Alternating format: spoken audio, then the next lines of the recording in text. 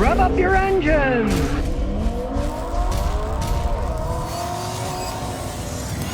All right, I'm getting ready for a trip to Boston to visit the other grandkids and help people out in Massachusetts and Rhode Island. I'm going to show you how to get a car ready, what I'm doing, and how you can ask me questions. And even how you can meet me in Rhode Island if you want to take a trip there. It's a beautiful country. I've been there before. But first, I had to get the car ready to take a trip from Tennessee to visit my mother in Buffalo, and then down to Massachusetts, and then down to Rhode Island where we're staying on the ocean. Now, of course, the first thing you get ready for a trip is check your tire pressure. You don't want to get flat tires. Low tire pressure has more friction. You get worse gas mileage. Low tire pressure, higher chance of getting a flat tire because the nails can puncture a softer tire than one that's got more air. And while you're at it, check the tread, make sure it's not going bald, and make sure it's not dry rotted. All cracked up. You'll notice this is a brand new tire. That's because the old one was cracked. It had problems in the past. The other ones had been replaced, but not that one. It still had a lot of tread, but it was all cracked, so I put a new tire on. As you can see, the other side's perfectly fine. It's not cracked or anything. For some reason, the other one cracked. And this is a Toyota Matrix made in Cambridge, Ontario. This baby didn't even come with anti-lock brakes. So you don't have to worry about messing up the ABS sensors. It doesn't have ABS brakes. And next you want to check under the hood. First thing you want to check is the battery. Now you'll notice this is a brand new battery. Now I tested it with my fancy Midtronics tester, and it said that it only had 28% of its life. It still started the car fine, but since I'm traveling across the country, I looked at the date of the battery. And the battery was 6.5 years old. These days you're lucky if you get 2-3 years out of it, especially in a place like Houston where you're running the AC all the time. So I replaced the battery. I used a Duralast. You can see it's 2021 with the same cranking amps. 550 cold cranking amps. I figured what the heck, the previous one was 6.5 years old. It still works, so I get another 6.5 years out of another one. I'll keep buying them until they don't last, then I'll go somewhere else. And the other thing you'll notice is it's got a brand new clean fan belt. Or drive belt. You only got one on most modern cars. They're serpentine, they can last a really long time. These had tiny little cracks on it, but when I looked into my records, it turns out I've been a bad boy. That fan belt was last changed 10 years ago. So I put another fan belt on. You don't want the thing stranded in the middle of nowhere because the belt's 10 years old. It still worked perfectly fine, but what the heck, why take a chance? Belts are important. Take my old 94 Celica. It's actually got 1, 2, 3 different fan belts on it. Let's say the power steering belt broke. Well, I'd lose power steering, but I could still drive the car. Not in a modern car. In the case of this Toyota Matrix, if the belt broke, you couldn't drive it long. The alternator would stop charging. The water pump would stop pumping because it runs off a belt. Then, voila, the car would overheat. Very important. You got a uni-belt system, you got an old belt, change it before you take a long trip. Now, of course, you want to check all your fluids, power steering, the radiator, and of course, your engine oil. You want to make sure it's full. And you probably want to err on the side of caution here. If it's dirty, change it. I just changed this oil. Going on a big trip, East Coast back, drive around there a couple of months, have clean oil. Do it now. And understand this. Highway mileage is equivalent to 10% of city driving. So if I drive 1,000 miles there and 1,000 miles back, that's 2,000 miles almost all on the highway. That's equivalent to 200 miles in the city. So you can make your oil change go further out. Instead of changing it every 4,000 or 5,000, you could change it at 8 or 9 if all you were doing was highway driving, but change it before you get on the road. And here's another thing to check. Make sure your brake lights work. The last thing you want on a trip is someone slamming into you because your brake lights don't work and they don't know you're stopping. Make sure all your lights work, your headlights too. Understand the headlights and fog lamps are for you to see, but it's also for people to see you so they ain't run into you if it's foggy or raining. And of course, bring a few tools and stuff in your trunk. You want to be safe. And I hate a dirty car, so this is one of my favorites. Waterless car wash. You can clean your car off by just spraying and wiping. No water needed. It's amazing stuff. I met the Chinese-American engineer who invented the stuff. Sharp guy.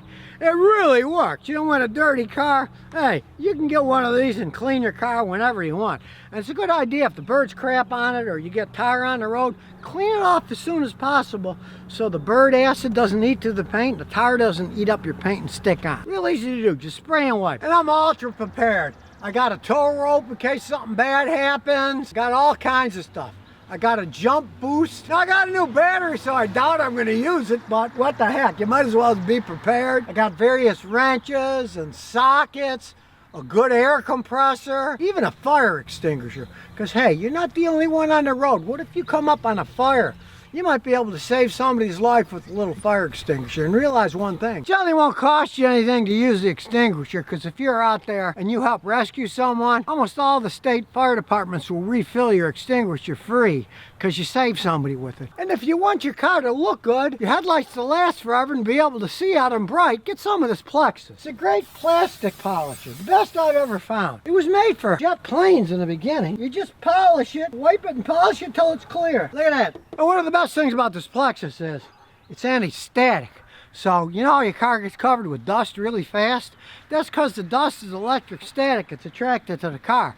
This makes it neutral so the dust doesn't bond on as easily. Now, as I said, I'm taking a trip to visit my other son and the other grandkids, but I'm bringing stuff with me because I'm going to be looking at people's cars there. So if you live in Boston, Norton, Rhode Island, you want to show me your car, feel free. You can always contact me via email, really hard, scottykilmer@gmail.com. Now I get an awful lot of emails, so you might put as a title, would like to visit you on the East Coast, so then I'll read all of those. I can't read them all. I get thousands of them every day, so I can't read them all. But I'd love to see people on the East Coast show me their cars, help them out with their car problems. Now, I'm not bringing any of my motorcycles. They're staying here in Tennessee. I'll get them going when I come back in June. I'll be bringing a bunch of tools with me, and to top that off, my son in Massachusetts has jacks and a lot of tools. Now, he's not a mechanic because it's kind of like my case. It's one of those skip a generation things. My grandfather was a mechanic, then my father, he was skipped over. He could barely tie his own shoes. He liked playing bridge and gambling at the ponies at the racetrack. But I'm mechanical. And my oldest son, he didn't want to be a mechanic. But who knows? I got 2 grandsons from him over there. Maybe they're going to want to learn. And the littlest one now, who's like 2, he already goes in the garage all the time. Whenever he gets near the garage, he says, garage, garage. He wants to go inside. So there's still some hope. Now you might ask, why are we taking this Matrix to Boston instead of taking the Lexus? Well, here's why. Well, they both have about 80,000 miles on them. But hey, they're both going to last quite some time.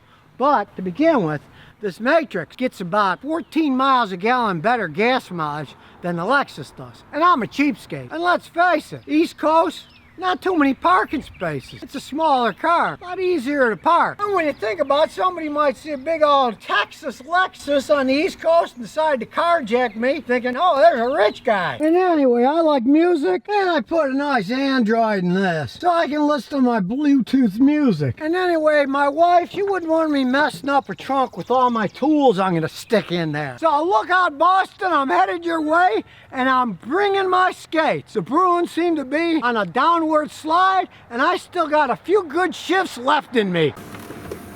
And here's some bonus questions and answers. Cash Money says, Scotty, I got an 03 civilian Crown Vic. I want to know if there's anything special I'd have to do when installing a throttle body spacer. Well, you know, if you're talking about just replacing it because the old one's cracked, no, you just unbolt it, bolt a new one on. Now, if you're talking about increasing the distance, I would not advise doing any of that stuff, because if you're going to change it, you would have to have a pro reprogram the thing to make it run right. And the problem with that is that's an 03. A lot of the 03s don't have that much programmability. Then you would actually have to buy another computer that a pro is if you want to make it into a racing car. But if you're just replacing it because it's cracked, no. Just disconnect the battery and then take everything apart. You disconnect the battery so you don't short anything out and put it all back together and make sure, you know, it's a what, an 18-year-old Crown Vic. So be careful with the plastic pieces when you take them apart. Let's say you got a vacuum line. It won't come off of plastic sensors. Look, vacuum lines are cheap. The sensors aren't. Get a razor. Slice the vacuum lines and then take them off, so then you won't crack the plastic, and all you got to do is buy a new rubber vacuum line, and they are cheap. You can get them at AutoZone, any place by the foot, for practically nothing. So if that's the case, you can't get things off, cut the lines off, and then just replace the vacuum lines so you don't break expensive plastic parts. Big Kev 189 says, I got an 09 Mercury Sable. A week ago, the power steering had a catch, so I had the power steering pump replaced with a reman pump. Seemed a lot better, but a week after, it's starting to get stiff spots again, like before. The fact that you put a remanufactured pump on it went away and then it came back, that generally tells me it's probably not the steering rack, but it's the pump itself. Because if it was the rack, you put another pump on it, it would still do the same exact thing. I never, ever buy remanufactured pumps from my customers. Now, if they're crazy, I'll tell them, you buy the pump. I'll put it on. I guarantee I install it correctly, but I won't guarantee you that it's going to work correctly because it's a remanufactured pump. Those babies can put upwards of 1,600 pounds per square inch pressure. Very rarely are they rebuilt correctly. I will only install new ones myself.